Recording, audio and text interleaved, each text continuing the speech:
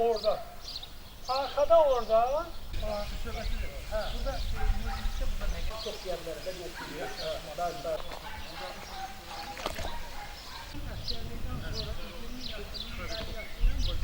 Baloğlanov, Hazreti Məhəmməd Baloğlanov. Bizə baxan yoxdur. 6-7 ildir, məsələn 4 ildir, 5 ildir bura heç cür mümkün deyil.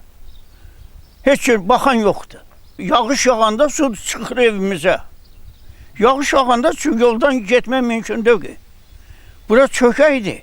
Bura çökək olduğuna görə yağış yağanda qalxır.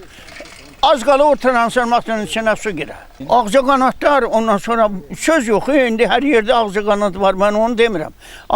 Məsələn, bura tey mışdı, ondan o aynı ondur, hamısı soxulur evlərə. Şahmarov Əliqan Xudoğlu. Burada yaşadığım dövründən bura kanalizasiya sistemi boru şəklində çəkilişi olmayıb.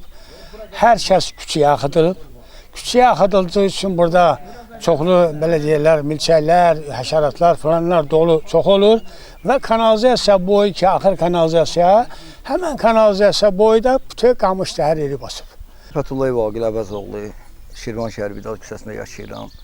Eyni zamanda biz əhali olaraq burada bir 20-30 ev sudan çox böyük əziyyət çəkirik. İlin günün bu hansı vaxtıdır ki, kimdənsə vedriylə su alasan, kiminsə hansısa qohumun evinə gedəsən, su ilə bağlı işlər görməyə. Xeyir şər və məclislərində çox əziyyət çəkirik. Sudan ötürü olduqca əziyyət çəkirik. Məsəl üçün, indi bu hər halda götürürlər, üzr istəyirəm, borc yazırlar gəlməyən suya. Mən bu illəri 4-cü motor da artıq almışam. İkisi ustadadır, yəni hal-hazırda çəkiliş də edə bilərsiniz. Yəni yay olan kimi hamı suya açır, su 1 qram gəlmir. Qəti su gəlmir. Qışda da 2 dənə motorla mən işıq sərfiyyatı edirəm, motora pul verirəm.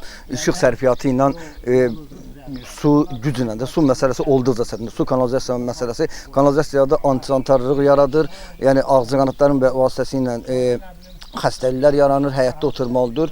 Çox xahiş edirik ki, buna bir əlac eləsinlər.